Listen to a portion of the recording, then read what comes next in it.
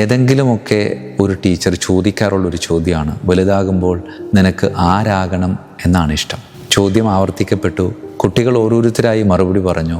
എനിക്ക് പോലീസ് ഓഫീസറാകണം, എനിക്ക് IAS ഓഫീസറാകണം, എനിക്ക് ഡോക്ടറാകണം, എൻജിനീയർ ആകണം, വക്കീലാകണം. ഉത്തരങ്ങൾ ഓരോന്നോരോന്നായി കുട്ടികളുടെ അധരങ്ങളിൽ നിന്ന് അടർന്നു വീഴുമ്പോൾ ഒരു കുട്ടി എഴുന്നേറ്റ് നിന്ന് മറുപടി പറഞ്ഞത് ഇങ്ങനെയാണ്: എനിക്ക് നല്ലൊരപ്പനാകണം.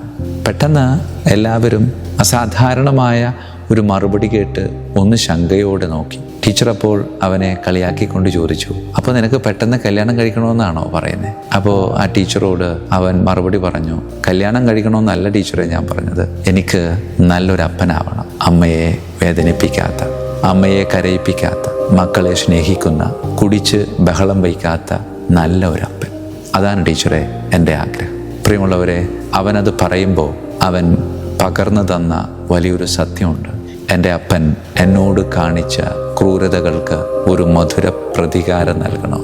പ്രതികാരം നല്ലതല്ല എന്നാ നാം ഒക്കെ പറയാറുള്ളത്. പക്ഷേ നല്ല പ്രതികാരങ്ങളുണ്ട്. ചില കാര്യങ്ങൾ നമ്മളുടെ മനസ്സിലിങ്ങനെ പകയോടെ സൂക്ഷിക്കണമെന്നാണ് പറയുന്നത്. സ്കൂളിൽ പോകുമ്പോൾ ചില ടീച്ചർമാർ നമുക്കിഷ്ടമല്ലാത്ത ചില കാര്യങ്ങൾ ചെയ്യുമ്പോൾ അത് പകയോടെ സൂക്ഷിക്കണം.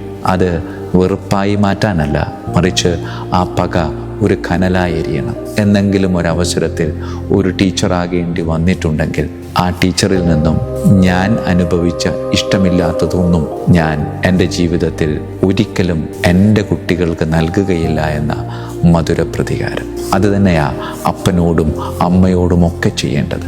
ചില പ്രതികാരങ്ങൾ അത് വെറുപ്പായി മാറ്റാനല്ല, മറിച്ച് ഒരു മധുര പ്രതികാരമായി ഉള്ളിൽ സൂക്ഷിക്കണം. അത് ഒരു പകയായി, ഒരു നെരിപ്പോടായി നെഞ്ചിലരിയണം. എന്നിട്ട് അപ്പനാകുമ്പോൾ, അമ്മയാകുമ്പോൾ ഞാൻ എൻ്റെ അപ്പനിൽ നിന്നും അമ്മയിൽ നിന്നും സ്വീകരിച്ചിട്ടുള്ള, എനിക്കിഷ്ടമല്ലാത്ത, എന്നെ വേദനിപ്പിച്ചിട്ടുള്ള കാര്യങ്ങൾ ഒരിക്കലും ഞാൻ എൻ്റെ മക്കൾക്ക് നൽകാതിരിക്കാൻ പരിശ്രമിക്കുക.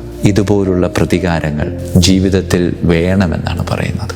പക, വെറുപ്പ്, വിരോധം, വിദ്വേഷം ഇവയല്ല പ്രതികാരത്തിൻ്റെ അടിസ്ഥാനം, മറിച്ച് അത് ഒരു തോൽപ്പിക്കലാണ്. ചിലതിനെയെല്ലാം മനഃപൂർവമായി തോൽപ്പിക്കുന്ന ഒരു പ്രതികാരം. ആ പ്രതികാരം നമ്മുടെ എല്ലാവരുടെയും ഉള്ളിൽ വേണം. അങ്ങനെ വരുമ്പോൾ നാം അനുഭവിച്ച ബുദ്ധിമുട്ടുകൾ നമ്മിലൂടെ മറ്റുള്ളവർ അനുഭവിക്കില്ല എന്ന് തീരുമാനമെടുക്കുമ്പോൾ ആ ബുദ്ധിമുട്ടുകൾ നമ്മോട് കൂടെ ഇല്ലാതാവുകയാണ്. അതേ പ്രിയമുള്ളവരെ, അങ്ങനെയുള്ള മധുര പ്രതികാരങ്ങൾ നൽകാൻ നമുക്ക് പരിശ്രമിക്കാം. ദൈവം നമ്മെ അനുഗ്രഹിക്കട്ടെ.